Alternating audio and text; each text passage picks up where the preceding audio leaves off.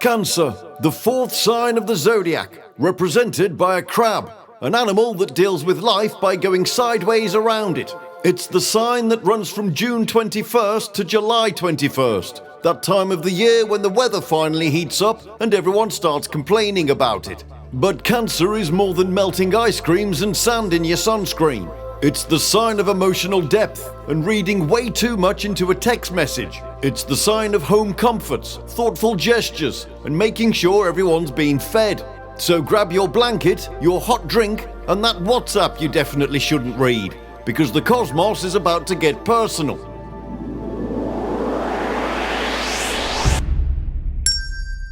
Cancer is one of those signs that gets talked about in a very soft voice. It's an emotional one, a sensitive one that definitely remembers what you said and exactly how you said it. It's cardinal water ruled by the moon, the part of the zodiac where things stop charging forward and start moving in cycles. Feeling, retreating, returning, and occasionally overthinking something that probably didn't need that much attention. Today we're going to take a trip inside the shell, the history, mythology, and we'll find out what Carl Jung has got to say about it. We'll look at its tarot cards, gems, and a herbal cocktail that alchemist assures us is relaxing and definitely not emotionally destabilizing in any way. But first, our fool is about to meet a sign that will absolutely take care of him, whether he likes it or not. The Fool's Odyssey. The fool is still journeying his way through the cosmos on his frankly ridiculous locomotive. Now approaching Cancer. Please prepare to be smothered. As he steps off the train, he finds himself in front of a rather concerned-looking crab lady. Oh, good grief! Just look at you! You're freezing! Now come inside at once. What? I've only just got here. Exactly! And already you look half perished. I'm alright, actually. No, you're not. You're out in the wind with no cardigan. And that dog looks damp. Before you know it, the fool gets ushered into a beach cottage, where he's immediately sat in an armchair and wrapped in a blanket. There, that's better. I can't feel my arms. Good, you'll stop fidgeting. I really don't think this is necessary. That's because you're cold. No one thinks clearly when they're cold. I just need my ticket stamped. And you shall have it, just as soon as I'm satisfied that you're no longer at death's door. I'm not at death's door. You are on the doorstep.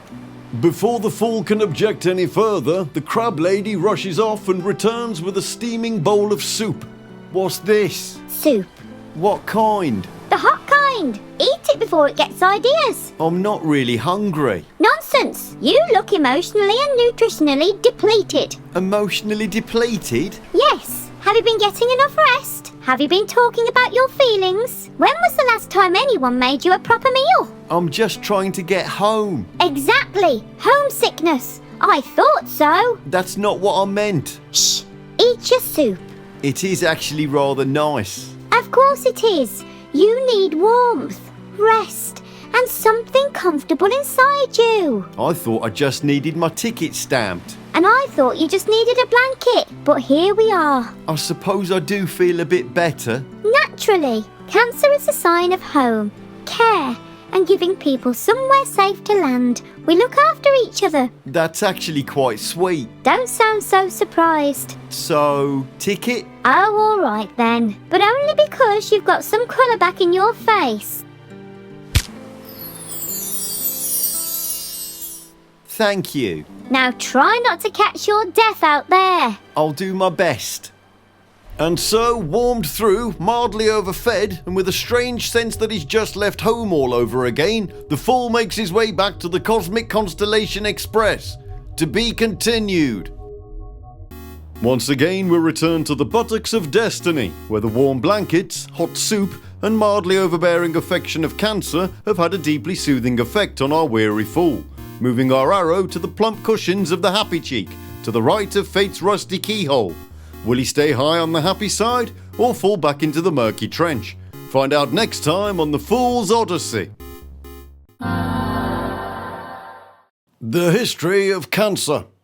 We're zipping back to the 1st century to have a chinwag with our favourite Roman poet and star fancier Marcus Manilius, who had this to say. Another drawn through Cancer's claws confines, the utmost limit of the fatal signs. When the sun ascends his greatest height, in large rounds he whirls the lazy night. In other words, Cancer marks the point where the sun reaches its highest position in the sky if you're in the northern hemisphere, the longest day of the year and the shortest night, which Manilius describes as being rather lazy about the whole thing, turning up late, doing very little and disappearing before you've even noticed it was there. The night, that is. He's not saying that Cancerians are bone idle. I mean, you might be, but you can't blame it on the crab. Heading forward 100 years, we find Greco-Roman cosmic geek Claudius Ptolemy and his slightly more technical take on the whole thing. He said Numidia, Carthage and Africa are more particularly in familiarity with Cancer and the moon. Their inhabitants consequently live in community, attend mercantile pursuits and enjoy abundantly all the blessings of nature. Which is his way of saying that Cancer is associated with community, shared life, trade and a certain natural abundance.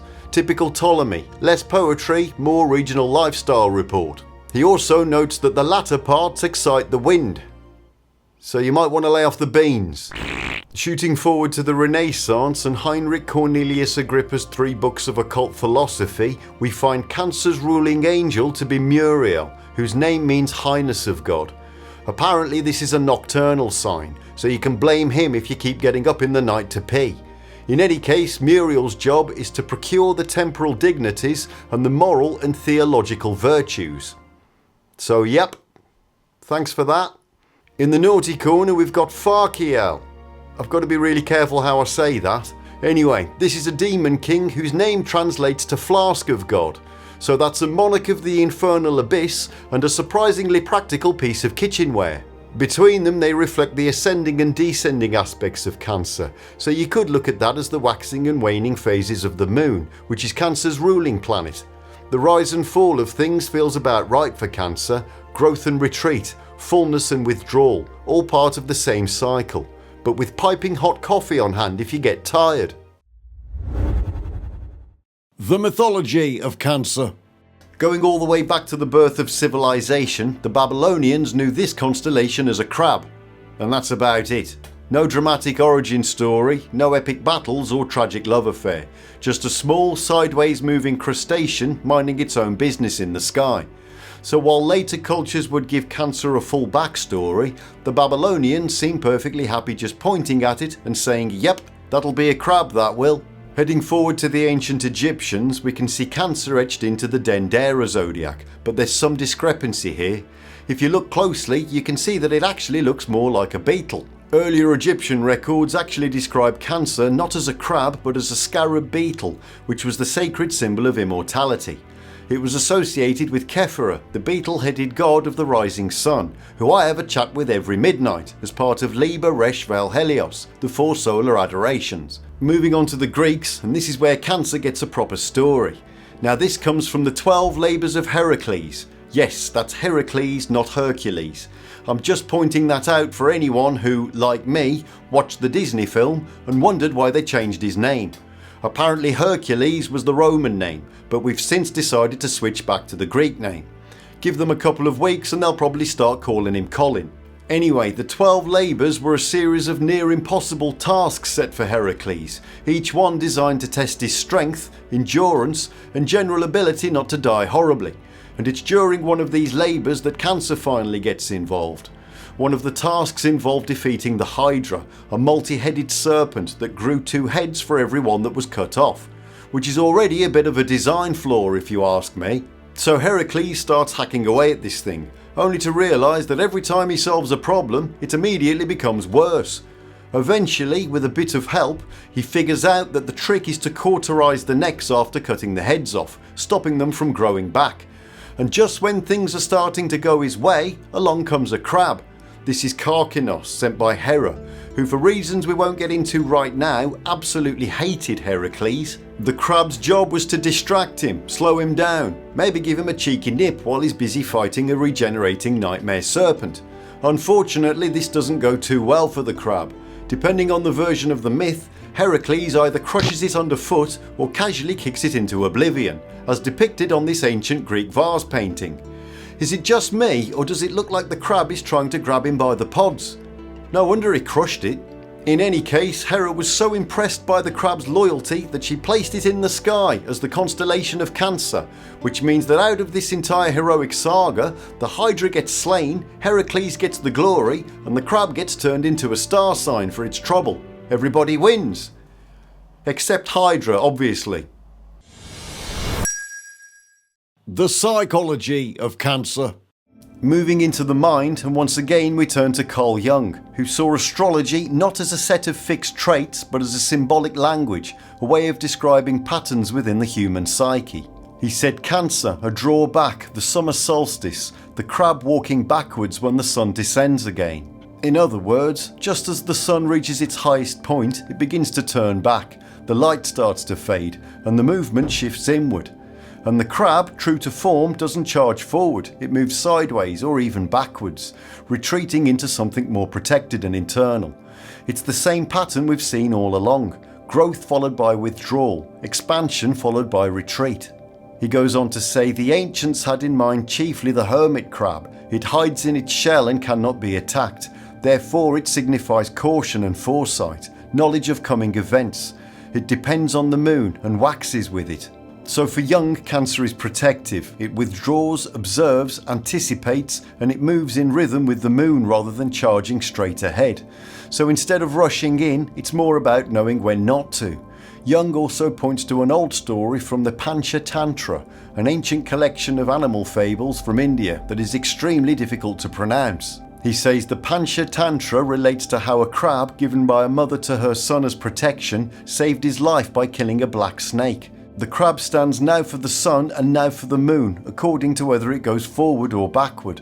So once again we see that protective instinct, something small, almost overlooked, stepping in at exactly the right moment to defend what matters. And that's really the key to understanding Cancer on a psychological level. Rather than constant action, it's more about sensitivity to timing, knowing when to move, when to retreat, and when to protect. The moon, the tides, the cycles, the movement forwards and backwards, it's all pointing to a way of navigating life that isn't linear but rhythmic. In the individual psyche, this shows up as emotional awareness, the ability to feel what's going on, to anticipate change, and to respond rather than react blindly. The personality of Cancer. Time now to dig into those personality traits, kicking off with the astrological bits and pieces that make up the sign. First of all, Cancer is yin, negative or feminine polarity, so that means that it's more inwardly focused and receptive. It's a water sign, so rather than dealing with the world in a purely logical or practical way, Cancer experiences life through emotion and intuition. Water signs tend to be sensitive and deeply attuned to their surroundings, which is great when things are calm, but slightly less helpful when everything turns into an emotional tsunami. Cancer is also a cardinal sign, which means it's not just sitting around feeling things, it initiates them. It starts emotional processes, sets things in motion, and often takes the lead when it comes to creating a sense of home, safety, or connection. That's what separates it from the other water signs, where fixed Scorpio goes deep and intense, and mutable Pisces drifts and dissolves. Cancer is the one that says, right, how are we all feeling, and what are we going to do about it? And finally, Cancer is ruled by the moon, which brings us right back to cycles. Fluctuation, change, waxing and waning, moods that shift, sometimes subtly, sometimes not so subtly. So what's the good news? Well, Cancer is one of the most caring and emotionally intelligent signs in the Zodiac. You're the people who actually notice when something's wrong with someone, even if they haven't said a word. You've got a natural instinct for nurturing. You'll check in on people, make sure they're alright, and if necessary, wrap them in a blanket and feed them something warm until they feel better. There's a real depth of feeling here as well. Cancer doesn't just skim the surface, it connects properly, which means when you care about someone, you really care. It's also the sign most closely associated with home, not just a place but a feeling, safety, comfort, familiarity. The people who can turn a space into something that actually feels lived in. And thanks to that lunar influence, there's a strong intuitive streak. Cancer often just knows, picking up on things that haven't been said, reading the room without needing it explained, which is great when they're using it to support you. Slightly less great when they're using it to remember something that you said 3 years ago. Which brings us on to the bad news. Now we're going to tread carefully here because Cancer is notoriously sensitive, and I would quite like to make it out of this video alive, but here goes. The same emotional depth that makes you so caring can also make you a little bit, let's say, easily affected. Things linger, comments stick, and what was meant as a harmless throwaway remark can become a full internal investigation that lasts 3 to 5 working days. There's also a tendency to retreat when things get overwhelming. Cancer doesn't always confront the problem head on. It quietly disappears into its shell and hopes the situation resolves itself. But at its best, Cancer is loyal, protective and deeply compassionate, the kind of person you want in your corner when things get difficult. Now we move on to health and the ancient world's favourite medical pin-up, the Zodiac man. Marcus Manilius really filled us in here. He said, "The crabs obeyed ith breast." So yes, according to the ancients, Cancer rules the chest, the rib cage and everything going on in that general region, which makes sense symbolically as it's the area closest to the heart.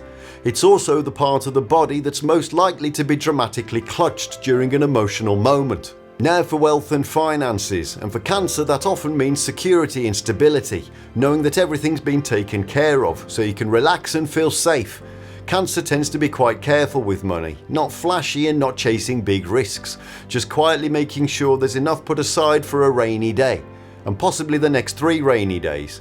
Good careers include anything that involves caring for people, listening, supporting, that's where you shine. Moving on to relationships, when Cancer cares about someone, it really cares. This is one of the most loyal, devoted and emotionally invested signs in the Zodiac. You're not here for casual, you're here for connection. You're attentive, intuitive and very tuned into your partner's needs. You'll notice when something's off, check in and do what you can to make things right. Of course, being ruled by the moon, there can be the occasional mood shift. When hurt, Cancer can become defensive, maybe even a little bit passive aggressive. If you're dating a Cancer, you'll definitely know when something's wrong. You just might not know what. But above all, Cancer is deeply loving, supportive and emotionally present. The kind of partner who will stand by you and make sure you never feel alone. But enough of the theory, let's see how Cancer actually gets on in the choppy world of dating. Ladies and gentlemen, welcome back to Star-Crossed. This week's moist miss is Cancer. Will she come out of her shell or will she paddle back to the shore? Let's meet our 3 hopefuls. First up, we've got Virgo, thoughtful, attentive, and the sort of man who shows affection by solving problems you hadn't noticed yet. Next, there's Aries, bold, fearless, and absolutely convinced that whatever the problem is, he can solve it immediately, and probably loudly. And finally, we've got Libra, charming, romantic, and currently trying to make eye contact with everyone at once without committing to any of them. Cancer, it's time to ask your big question. Question is this: if I went back into my shell, how would you get me to come back out? I wouldn't force you. I'd make sure you had whatever you needed, then I'd stay nearby so you knew you didn't have to come out alone. I'd knock once, wait 2 seconds, then kick the shell open and take you out for an adventure. Fresh air, movement, problem solved. I'd tempt you out gently. Soft music, kind words, maybe a little flirting. No pressure, just a very attractive reason to rejoin the world. Ooh. Well, Cancer, it's make your mind up time. I think I'm going to choose Virgo. He understands that sometimes you don't need fixing. You just need someone who stays. And there we have it, Cancer and Virgo, a match built on thought, care and knowing when to say nothing at all. Will this tender pairing swim into the sea of love? Only time will tell. But for now, let's see what happens when emotions meet swipe culture in Star-Crossed Tinder edition. We'll stay in, get comfortable, and won't rush anything. Wrap me up and tell me we're not going anywhere. Let's talk about everything. I'll tell you how I feel, and you'll change the subject halfway through. I'll protect you and adore you. I just hope I don't have to compete with your reflection. I want something real, all or nothing. That's a lot of emotion. I'm listening. Let's go somewhere new and see what happens. I'd rather know where I stand first. I'm building something solid for the future. Good. I was hoping this wasn't a phase. Let's keep things open and see where it goes. I'd like to know where it's going before I get attached. I feel like we've known each other forever. We probably have, and I'm already emotionally invested. I'll cook for you, worry about you, and become emotionally attached before the starters arrive. Perfect. We can both cry in the car park. The constellation of Cancer. Now let's take a look at the constellation itself, and I'll be honest, this one's a bit of a challenge. Cancer is considered to be the faintest constellation in the Zodiac, which means that unless you're somewhere with very dark skies and you've got the patience of a saint, you're probably not going to see much with the naked eye. The stars kind of form the shape of an upside down Y, which apparently makes it a dead ringer for a crab. I'll take their word for that. Its brightest star is Beta Canceri, also known as Altarf. This is a binary star system about 300 light years away that's made up of an orange giant about 50 times the size of our Sun and a red dwarf twin that plods around it every 76,000 years. A bit like a mini-me. We've got some deep sky objects in there too, the main one being Pixabay, or the Beehive Cluster. This is an open cluster of about 50 stars that looks more like a cloud to the naked eye, but it takes up a decent amount of space, appearing about 3 times the size of the full moon. Ptolemy called it the nebulous mass in the breast of Cancer. For those of us following the sidereal zodiac, if your birthday falls between July 17th and July 21st, you're a Cancer in both systems. If you were born between June 21st and July 16th, you'd be considered a Gemini in sidereal astrology. Korrespondence Corner! Now it's time to see how the Golden Dawn connected the dots, starting with the tarot cards. For Cancer, that gives us the 2, 3 and 4 of Cups, the Queen of Cups and the Knight of Wands, the Page and the Ace of Wands, and the Chariot is Cancer's major arcana card. First up, the 2 of Cups runs from June 21st to July 1st and is Venus in Cancer. This is where love meets emotion. Venus brings connection and affection. Cancer brings care and closeness. So the result is emotional bonding. Relationships that feel genuine, supportive and safe. Next, the 3 of Cups runs from July 2nd to July the 11th and is Mercury in Cancer. This is where communication meets emotion. Mercury wants to share and express.